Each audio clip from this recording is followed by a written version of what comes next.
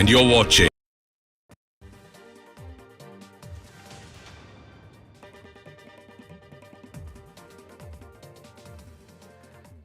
Good evening. This is India Global. I'm Gaurie Dwivedi. Let's get the show going with headlines this evening. First up, voting ends in Sri Lanka's parliamentary polls. It's in fact a litmus test for the new president, Dissanayake. Iran is willing to end an impasse over a range of issues with the UN nuclear agency on its atomic program, but it will not succumb to pressure, its foreign minister said after meeting the International Atomic Energy Agency chief in Tehran. In the first ever direct maritime link between Pakistan and Bangladesh, a cargo vessel from Karachi arrived at Bangladesh's Chittagong port with Pakistan's High Commissioner to Bangladesh, calling the move a major step forward in enhancing bilateral trade between the two countries. Super Typhoon Usagi slams into the Philippines. 24,000 people have been evacuated so far as fifth major storm hits the nation in just 3 weeks.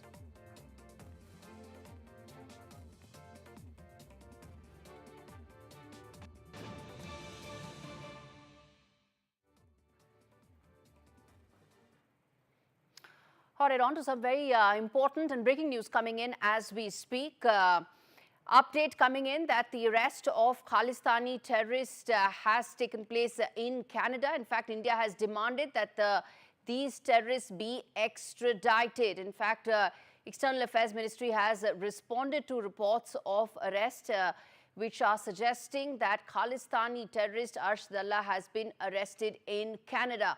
MEA has said that India expects that Canada will extradite Arsh Dalla. And External Affairs Ministry has said that they will follow up on extradition requests. Let's get in my colleague Mohammad Ghazali to fill us in with the very latest on this. Now, this is very important, Ghazali, that's coming in, especially at a time when there's so much happening with regard to the Khalistani probe and efforts mounting from India's side to ensure that some of those Khalistani elements are brought to justice. Yeah, Gaurie, the first big development is that the Indian government is also acknowledging the fact that he has been arrested because the Canadian police or the Canadian authorities were reluctant in admitting that the person arrested is Arsh Dalla, a designated terrorist who was designated as terrorist back in 2023. And since then, India has placed multiple requests with the Canadian authorities to verify his properties, his involvement in the crimes which have been committed in India, not only killing, but he has been recruiting people to carry out extortion, threatening people of other community in Punjab, outside Punjab. His men or people associated with him have been carrying out such threatening calls in Delhi and NCR areas, even in Rajasthan, Haryana, Punjab. And now he has been arrested in one of the shooting incidents in Canada, which happened like last month. And today was his bail application, which was scheduled to be heard in the court. And he will still remain in the custody as per the latest reports. But Indian authorities, the External Affairs Ministry, has issued a statement saying that despite placing multiple requests to treaties for his extradition, the Canadian authorities were reluctant to admit it, and they have been placing more information or requesting for more information from Indian authorities. External Affairs Ministry has said that they have shared as much as possible. All the replies have been given to the Canadian authorities, and they are hopeful now that after verifying these details, perhaps his extradition will be initiated by the Canadian police. Now, this also shows that how much Canadian police and the Canadian authorities are willing to accept the fact that they have given a safe shelter to somebody who has been a designated I was coming to just that, that this arrest is important on two counts. One, the fact that there's admission on the Canadian side, and second, that he is in fact very, very significant in the Khalistani terrorist network.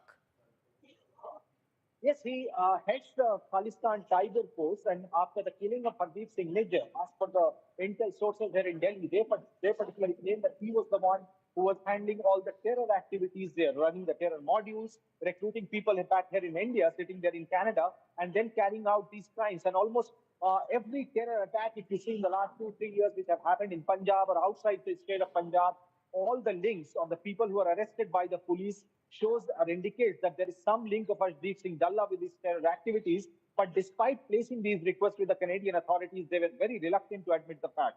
Now, as we have seen that in the last 1 month, the developments between India and Canada and the relations, the way it has taken a hit, perhaps it is a chance for Canada to recalibrate on these relations by initiating the extradition request and by sort of supporting Indian authorities in getting this person who has been responsible or who is held responsible for multiple terror attacks in India, and he has been booked Right. for more than 50 cases. All right, Kazali, thanks much for filling us in with those details. In fact, shifting focus now to the other big story that we are tracking right now, which is the snap polls in Sri Lanka. Parliamentary elections have taken place and voting has ended in these parliamentary elections. These elections are a litmus test as far as the new president Anurakumara Dissanayake is concerned. He's a very popular leader. He's stormed into power, but that has now supposed to transform and translate into actual power in terms of parliament seats as well. Sri Lanka polls have witnessed 50% in terms of the voter turnout that has taken place. 17 million, over 17 million Sri Lankans eligible to vote in these snap elections, and they were called by the new president, Anurakumara Dissanayake. As I said, he had only 3 parliamentary seats till now, and he needed a majority to be able to really come out with authority and legislative work going forward, which is why these elections are so crucial. They are important also for the president himself in terms of his political capital. He's popular, he's caught the popular imagination, and now he needs to translate that into significant political heft. And in fact, he hopes that he secures majority in parliament, which will ensure that he will have a fresh and a more resounding mandate in terms of some of the reform agenda that he's spoken about in the past as well. On 24th of September, he had dissolved the parliament, and voters are electing 196 members to parliament, and 29 seats are to be elected by another vote as well. So all eyes on whether Dissanayake is able to get a majority in parliament or not. All right, on to the other big story that we are tracking right now, which is from Pakistan, where Imran Khan's final call for protest in Islamabad has happened. Remember, he made a clarion call earlier to his supporters. He's done so again as well.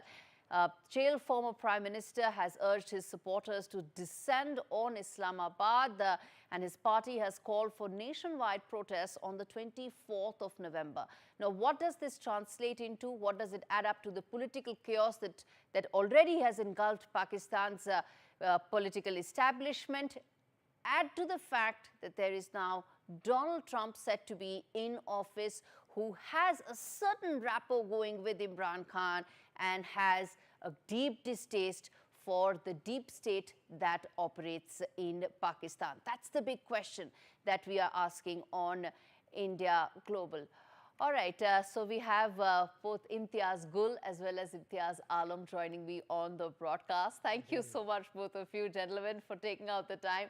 Let me start with you. So I'm going to say Mr. Gul and Mr. Alam so that, we can both avoid confusion. Mr. Gul, let me start with you, sir. In terms of the significance of this protest, he's made so in the past as well. There was a lot of back and forth. He called it off the last time because, of course, the multilateral meetings taking place. But he still continues to remain extremely popular in his country. There continue to be fresh cases that are coming. There's one that's come today as well, another Tosha Khana case that's come. How do you see this clash between Imran Khan and the present political establishment going on from here? I think the clash is intensifying, only most probably for a bargain as far as the establishment is concerned. Ever since the return of or the re-election of former President Donald Trump, there are some concerns here in Pakistan because of Donald Trump's human rights focused agenda, which he has already announced, and he issued like 5 points as far as the free speech is concerned, and that those 5 points basically target the intelligence, the military establishment, as well as the conventional TV networks. So if we were to look at that, this means if he is so keen about implementing his agenda within the United States, the same agenda probably would also guide his policy on dealing with Pakistan. So that's why there are some concerns, and there's no doubt about the popularity of Imran Khan, but how that popularity plays out actually in dealing with the military establishment is a bit questioned. Right. 4th of October is when the last protest that was called on by him and his supporters didn't translate into the kind of action and result that they hoped it would on ground. But Mr. Alam, in terms of how you see this, the political climate in Pakistan, there is an looming economic problem.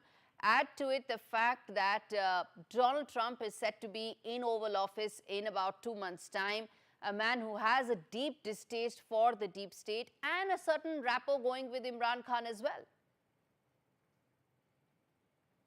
This is there are a lot of speculations about it, and there is a lot of optimism in the ranks of Pakistan Tehreek-e-Insaf, PTI, that perhaps there is some rapport between President-elect Trump and former Do you think that optimism is misplaced? I think it is overstated and there are over expectations. I don't think that Trump can release him from the prison. Pakistan is not very much close to US at the moment, nor it is seen somewhere in the US strategic view in the region. So Pakistan is not a very important country at the moment for US. So why should he will have a lot of things on his plate, from Ukrainian war to Middle East, and from immigration issue and other issues, especially in the economic sphere. I agree with you on the fact that Pakistan, Mr. Alam, I agree with you on the fact that Pakistan is not high up on the strategic calculus of America. So why will Donald Trump invest an iota of his political capital on Imran Khan? I'm with you on that. But what I want to ask you is, in the backdrop of misplaced, misguided, overstated enthusiasm in the PTI cadre, do you see the flashpoint between PTI and Imran Khan and the government increasing going forward? I think Imran Khan has now built a capacity to stir the streets and to create an agitational atmosphere. Last time it was quite astonishing that PTI people reached at the center of Islamabad despite massive restrictions and hurdles. This time too they can reach to Islamabad, and they will have to face this time greater hardships and greater hurdles. But I think this is a premature call. They have not very well prepared. They lack organization. Their leaders outside jail do not agree with each other. Okay, let me ask this to Mr. Gul. Let me ask this to Mr. Gul, that what is Imran Khan's game plan? And how does that add to the political instability that's engulfed Pakistan since February election this year? Well, I think the game plan is very simple. There are 3 demands that Imran Khan has been insisting on. One is the return of what he calls the stolen mandate from the February 8 elections. Everybody agrees, almost everybody is unanimous in the fact that there were massive systematic manipulation of the electoral process. Mr. Gul, all those 3 demands are unlikely to be met, whether it is coming down on the constitutional amendment or the mandate being restored or the fact that he should not be in jail. But in terms of that, the fact that he's taking on the deep state, the establishment again and again, sitting in jail, even as fresh charges and fresh cases are being slapped on him, obviously he has a fallback plan, right? Or is it brinkmanship? Obviously, as long as, if you let me complete kindly, so then I can basically respond to that. Basically, the man is in jail. He remains popular. He also knows this, and so does the establishment. And obviously, anybody pushed against the wall would try to exploit his or her position as a popular leader. This is what Imran Khan is doing, because he knows that even if the establishment at the moment refuses to accept the demands, which you also mentioned, the demands are basically very fundamental. It's about the stolen mandate. It's about removal of the cases that have been made against Imran Khan and many other leaders. So the hope or the expectation of the military establishment is that the stolen mandate story should be forgotten and the party should learn to move on. I don't know which political party would basically afford to forego the mandate, the narrative that was created around the elections, and then start dealing with the sitting government, which it believes is illegitimate. All right. Thank you so much, gentlemen, for speaking to me and really helping our viewers decode what's happening in Pakistan. One thing is clear, the political instability and crisis is only going to increase from here on, and India needs to be very careful and wary of what's happening on its borders. All right, on that note, we slip into a very short break. We come back on the other side and ask the key question: does India also need its very own Department of Government Efficiency? Stay with us.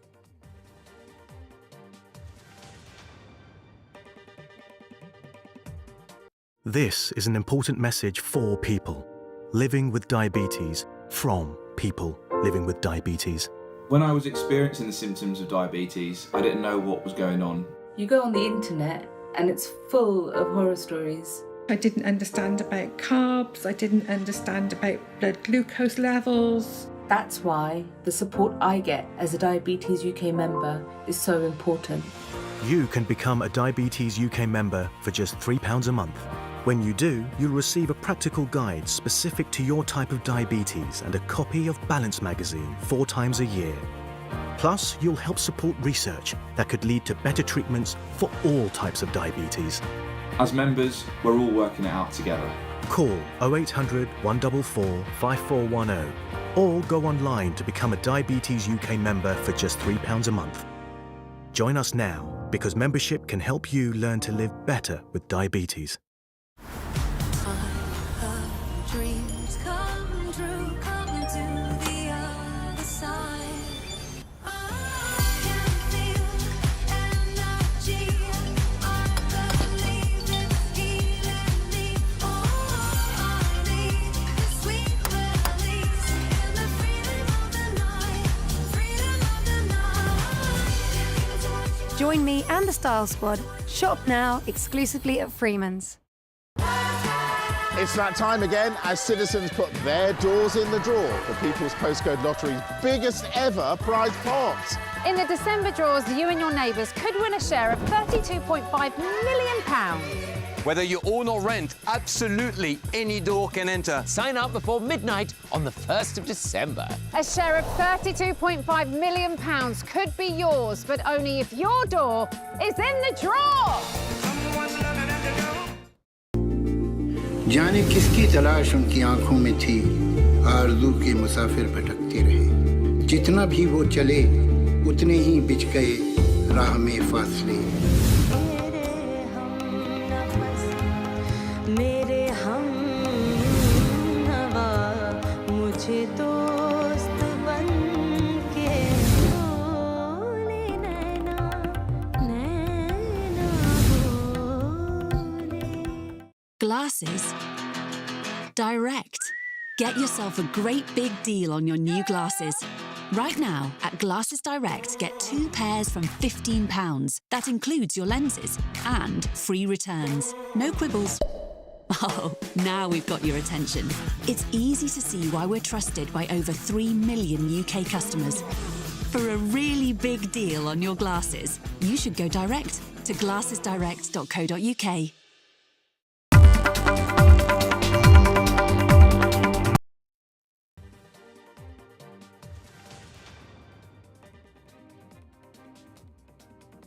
Welcome back. This is India Global. The key story that we are now focusing on, well, the Trump administration, it has new faces, key faces, and some that we are going to keep a very close watch on. One of which is Tulsi Gabbard, a pro-India former congresswoman who is in Donald Trump's key network of people who will reshape or shape America, according to Donald Trump. He appointed Tulsi Gabbard as his intelligence chief, and she is, in fact, a Hindu-American who's been picked to lead 18 spy agencies. She served 2 decades in the National Guard and first Hindu lawmaker elected to Congress. Take a look at this report that tells in detail why we need to focus more on Tulsi Gabbard going forward. President-elect Donald Trump is on a hiring spree, and one of his most high-profile appointments after his big election win is Tulsi Gabbard. Trump has roped in Gabbard, who was the first Hindu-American in US Congress, as the next chief of US intelligence. So who is Tulsi Gabbard, and how does she suddenly find herself at the top of the high-profile US intelligence community? I joined the Democratic Party over 20 years ago. I was 21 years old in Hawaii, and at that time, it welcomed people from all different backgrounds, different views, celebrated free speech, and actually defended those whose speech was being attacked, even if they disagreed with their views. It was a party that stood up for the little guy and represented our values of freedom and liberty in America. I left the Democrat Party because now it stands for the exact opposite of all of those things. Born in American Samoa, the 43-year-old Gabbard is a former Democratic Party leader with a sparkling resume. She's a 4-time congresswoman from Hawaii and a lieutenant colonel in the Army Reserve, having served in Iraq. She unsuccessfully sought the party's presidential nomination in 2020. While Gabbard was quite critical of her former party in the run-up to the November 5th election, she had thrown her weight behind Trump.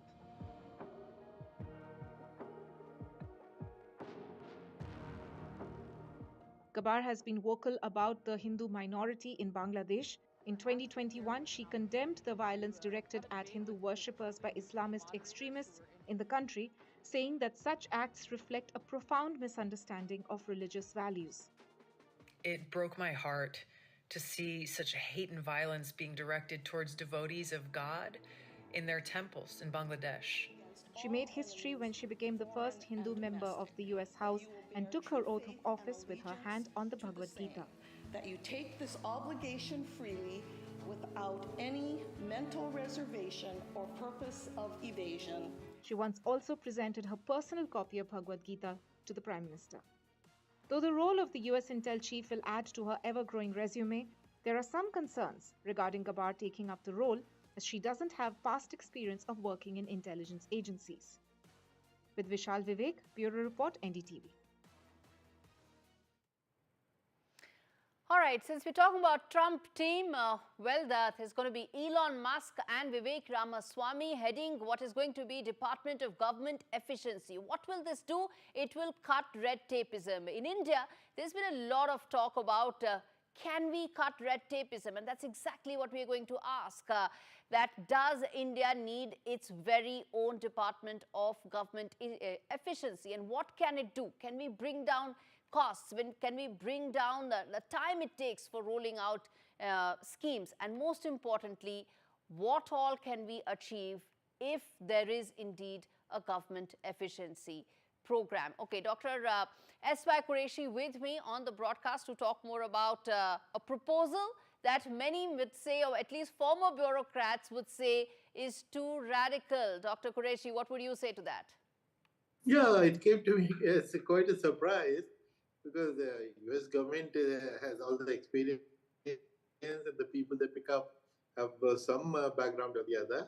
And to compare it with India, whether India also should follow suit, I think it's not at all necessary. In fact, if at all, it is US which is following India, because almost 15, 20 years ago, we set up a Ministry of Program Implementation. But unfortunately, this is a ministry which was given no importance. Many people would not even know such a ministry exists. Nobody, secretary wants to be posted there because it is so But low. is program implementation the same as government efficiency? I think Yes, program yes. implementation It would is. be a small part of overall efficiency, right? Yeah. No. Of course, because programming, you achieve efficiency only by implementing the program. So, and what role you give it to this ministry is what will determine the outcome. To my mind, program implementation is exactly for this purpose, but it has not taken its job seriously, and nobody has therefore taken it seriously. All we need to do in India, just to make it stronger. And personally, I feel one officer in the Prime Minister's office dedicated to the job of monitoring every ministry and its performance and efficiency is more than enough, because in PM name, people shake. So every 3 months, let there be the Okay, that is accountability. That is accountability. But if one were to talk specifically about efficiency, one thing is that there are two aspects of it that many people speak. One is the cost savings. Second, reducing manpower, reducing headcount. How does India go about achieving that? Well, India has been doing it for a long time. For instance, many years ago, the finance minister decided that a post which has been lying vacant for 2 years will not be filled up. And the fraud that they were doing, that they were not allowing us to fill up the job. And and after it was unfilled for 2 years, they will say, now the law applies that a job which has remained vacant for 2 years is not required, and it was abolished. So these kind of things have been done in various ways, devious ways, direct ways, and only if the government is... But sir, Dr. Qureshi, 30 seconds, I'm out of time. If the world's largest economy thinks they need something like this, surely India needs something like that as well. No. The largest economy may be fine, but we are also going to be the third largest economy, and we have been doing it for 20 years. Except we need to put some life into the institutional mechanism that we already have. And I have not talked about parliamentary oversight, because we appear before parliamentary committees. They exactly review our performance and efficiency, all these things which you're talking about. All right, Dr. Qureshi, let's leave it there. Thanks much for sharing your thoughts on what many would say radical, but some would say need of the hour. All right, on that note, it's a complete timeout on this edition of India Global. Thanks so much for watching.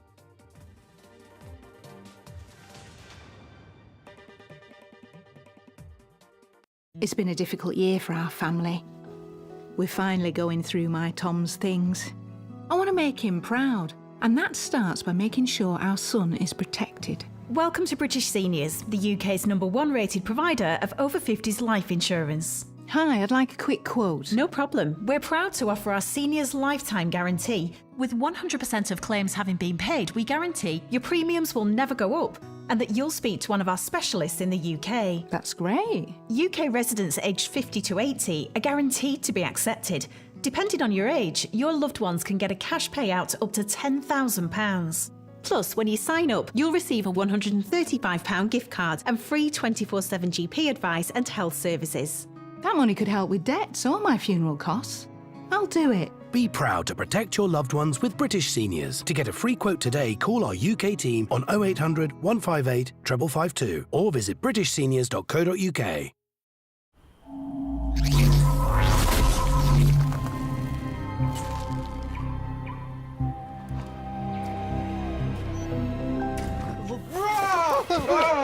James? Jenny? It's been 30 years. Where have you been? Is that really a Hyundai? It's Hyundai. Hyundai? If you think you know our cars and how to say our name, where have you been? No child should suffer the torture of trachoma. But so many are in pain right now. Nananga's lashes have turned inwards. They rip and tear away at his eyes. Pamelo's sight could be gone forever. He's just 3 years old. Kofanga screams for his mother. His eyes are so infected that he can't even see her. For so many children in the world's poorest countries, trachoma is torture. It's a painful infection often spread by flies, and it's destroying children's eyesight. But it could be stopped if you help today. by calling 0800 038 4926 and giving £1 a week to Sightsavers. You can help make sure children get the treatment they desperately need. You'll help us bring them the medicines and the care that can treat infections. And that means you'll be helping to save children from the torture of trachoma and a life of blindness. Please help us reach them. Call 0800 038 4926. Text C13 to 82727 or go online and give just £1 a week now. Because we need you to help save the sight of children like Nananga. We need you to help save them from the torture of trachoma.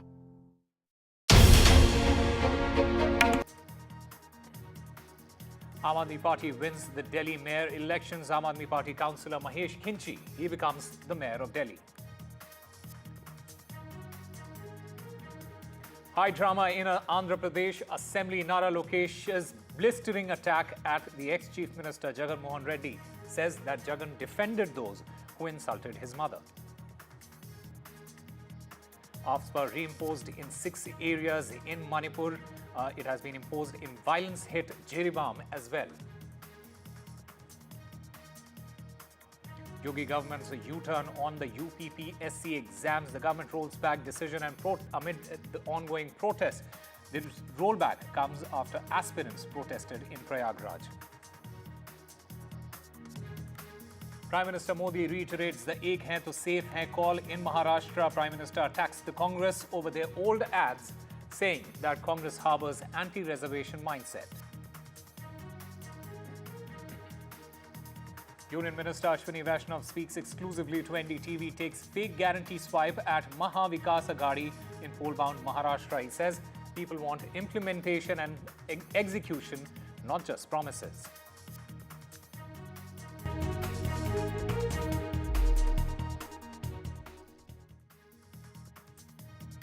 Hello and welcome. You're watching NDTV 24/7. I'm Osama Shab. The big story that we are tracking at the top of this hour, GRAP 3, it has been imposed in Delhi. It will come into effect from tomorrow morning. Now, amid worsening air quality, Delhi government has finally implemented enhanced steps in order to counter pollution. This under the Graded Response Action Plan, or GRAP, Stage 3 from tomorrow in order to curb pollution levels. Remember, this will include halting constructions, banning the use of diesel generators, and stricter pollution checks. These steps are being implemented from tomorrow in order to curb the rising emissions and protect public health. So the government has finally imposed GRAP 3. Stricter curbs will come into force in Delhi. The Delhi government finally taking tough actions. And my colleague Ishika joins us to get us more on this. Ishika, just get us a sense of what measures and restrictions will be in place as far as GRAP 3 is concerned.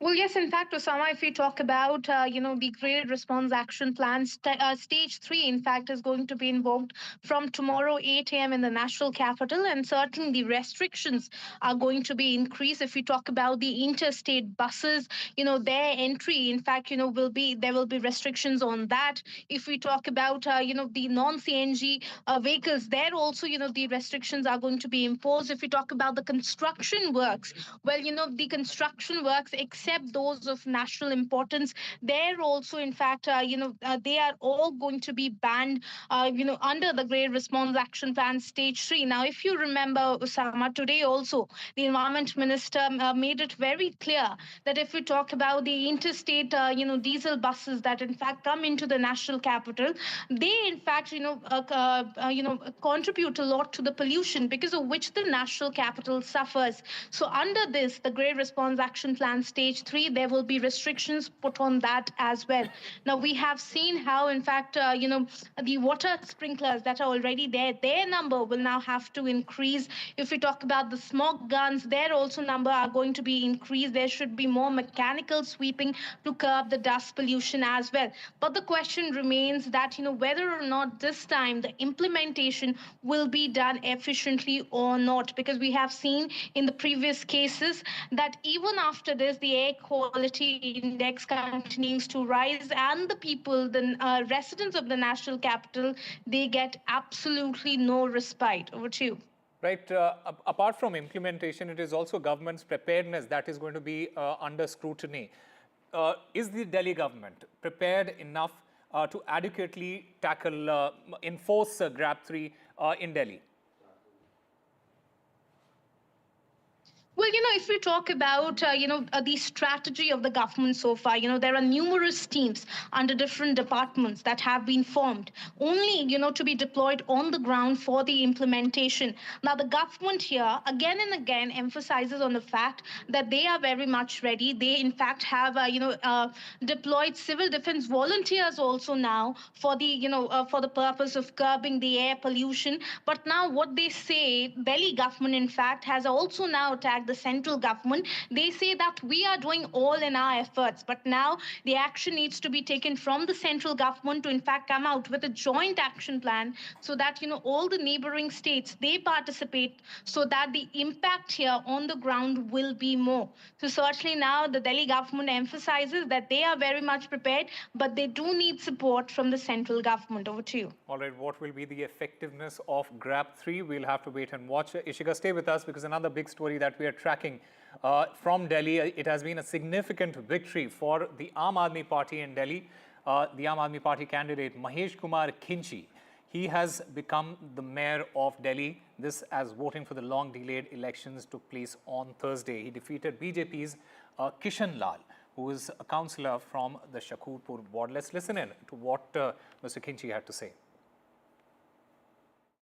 आदरणीय जो हमारे माननीय पूर्व मुख्यमंत्री हमारे अरविंद केजरीवाल जी का मैं तहे दिल से बहुत बहुत धन्यवाद करता हूं और हमारे शीर्ष नेतृत्व का भी मैं तहे दिल से धन्यवाद करता हूं। हमारे विधायक विशेष रवि जी का भी मैं तहे दिल से धन्यवाद करता हूं। सभी पार्षदों का धन्यवाद करता हूं कि आपने मुझे एक छोटे से कार्यकर्ता को माननीय मुख्यमंत्री जी ने जो पद पे पहुंचाया, ये सिर्फ आम आदमी पार्टी में ही हो सकता है, जिसके लिए मैं केजरीवाल जी का बहुत बहुत बहुत धन्यवाद करता हूं और मैं सभी पार्षदगणों का भी बहुत बहुत धन्यवाद करता हूं।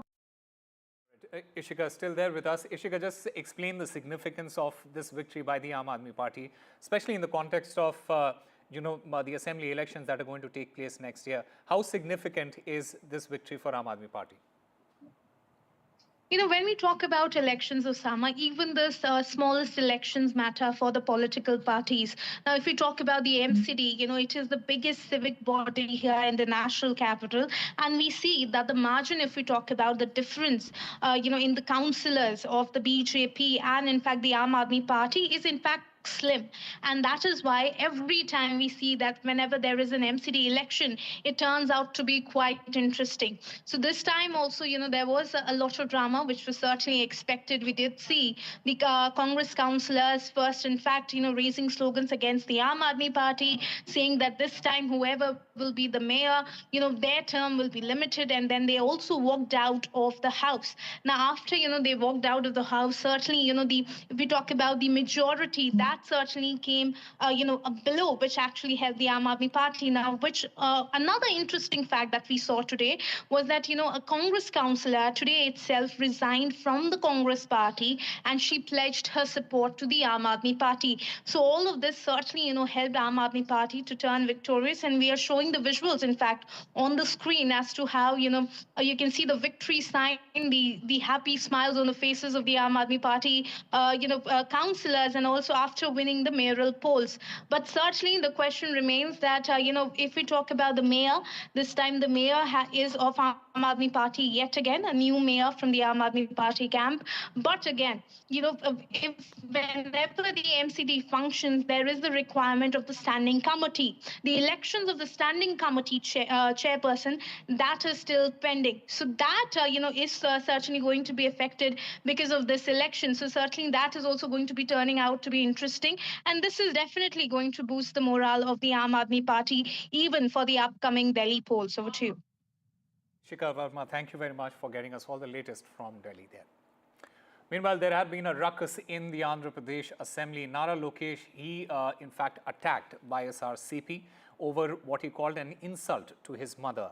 Nara Lokesh said that his mother was insulted in the house by YSR CP and also said that Jagan Mohan Reddy, he in fact defended those who insulted his mother. He in fact also went on to add that YSRCP members insulted his mother and then ran away.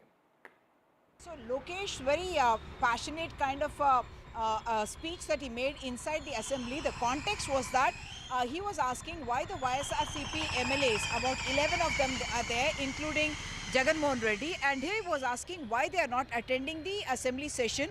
And then he made a reference to the fact that his father had always attended the assembly session, except exactly 3 years ago. In fact, inside the assembly, Chandrababu Naidu had broken down and declared that he's not coming back to the assembly after an insult to his wife. That's what he had said in the assembly at that time, and he had even held a press conference a couple of days later, breaking down, saying that there was a character assassination of his wife Bhuvaneshwari inside the assembly, and that is what Nara Lokesh is referring to, saying that my mother was insulted inside this assembly, and that's the reason why my father had stopped coming, or rather boycotted the rest of the assembly session till such time that the Telugu Desam, now in the form of this coalition, came back to power.